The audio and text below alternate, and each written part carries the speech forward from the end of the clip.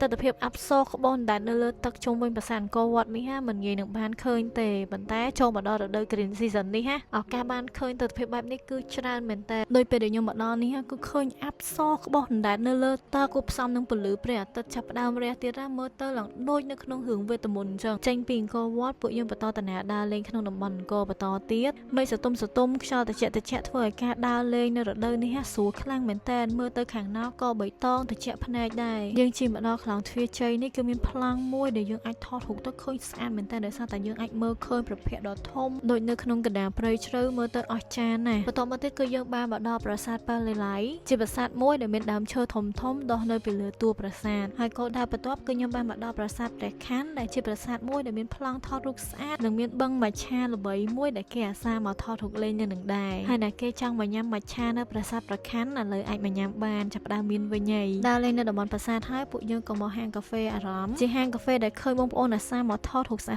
តៗនៅនឹងមែនតើហើយមកដល់សៀមរាបនេះនៅណាក៏មាន ABA KXQR ដែរ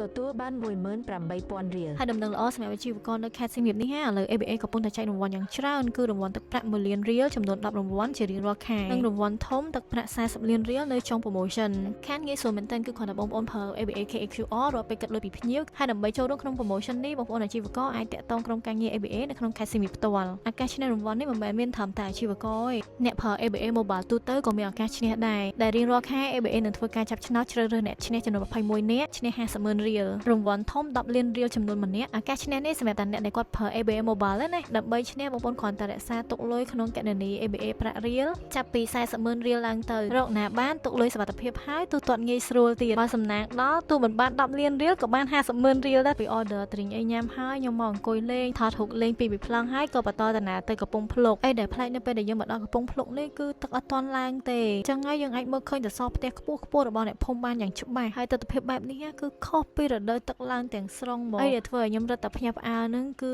ការឆ្អើរត្រីរបស់អ្នកភូមិគ្រប់ផ្ទះគឺគេឆ្អើរគ្រប់គ្នាហ្មងដោយសារតែនេះគឺជាមុខរបរប្រពៃណីដែលបន្តពីមួយជំនាន់ទៅមួយជំនាន់ហើយយើងអាចឃើញតែក្នុងរដូវទឹកស្រកនេះឯងពេលតម្លៃថៃឆ្អើរវិញ10ចង្កាក់ត្រឹមតែ13,000ទៅ15,000គឺវាធូរមែនតើហ្មងអញ្ចឹងខ្ញុំទិញពីគាត់ហើយ scan pay តាម ABA KXQR ដូចខ្ញុំនិយាយតាមពីដើមអញ្ចឹងនៅសៀមរាបនេះនៅណាក៏មាន ABA KXQR ដែរយើងអត់ពិបាកទុកដាក់លុយតាមខ្លួនទេហើយនេះទស្សនវិជ្ជាព្រៃលិចទឹកនៅកំពង់ភ្លុកហ្នឹងបងប្អូនគ្រាន់តែឥឡូវហ្នឹងអត់ទាន់មានទឹកទេប៉ុន្តែទេសភាពក៏ស្អាតដែរល្ងាចឡើងនេះគឺខ្ញុំបានទៅមើលថ្ងៃលិចនៅ Lotus Farm ជិះទូកមើលថ្ងៃលិចនៅនេះគឺអូយស្អាតខ្លាំងណាស់ហើយគាត់ប្រកាសរៀបចំ activity ឲ្យយើងទៀតមានកាច់ផ្កានៅលើទូកកាច់មួកស្លឹកឈូកឲ្យយើងពាក់នេះឡើងខ្ជិលខ្ជូត end up my day នៅសៀមរាបហ្នឹងឡើង the best ហ្មងខ្ញុំ highly recommend បងប្អូនទៅលេងសៀមរាបកុំភ្លេចទៅលេង Lotus Farm ហ្នឹងផងព្រោះនៅនេះគាត់បានជួយបងប្រជាពលរដ្ឋនៅនឹងច្រើនណាស់ឲ្យគាត់មានការងារធ្វើគ្រប់ផលិតផលដែលគាត់ធ្វើនៅ Lotus Farm នេះសុទ្ធសឹងតែជាផលិតផលដែលធ្វើមកពីឈូកទាំងអស់ហើយពេលដែលយើងទៅលេងហ្នឹងគឺយើងដូចជាបានជួយសហគមន៍នៅនឹងដូចគ្នាដែរពីខ្ញុំទៅមានតែប៉ុណ្្នឹងទេបងប្អូនជួបគ្នានៅវីដេអូក្រោយទៀតបាយបាយ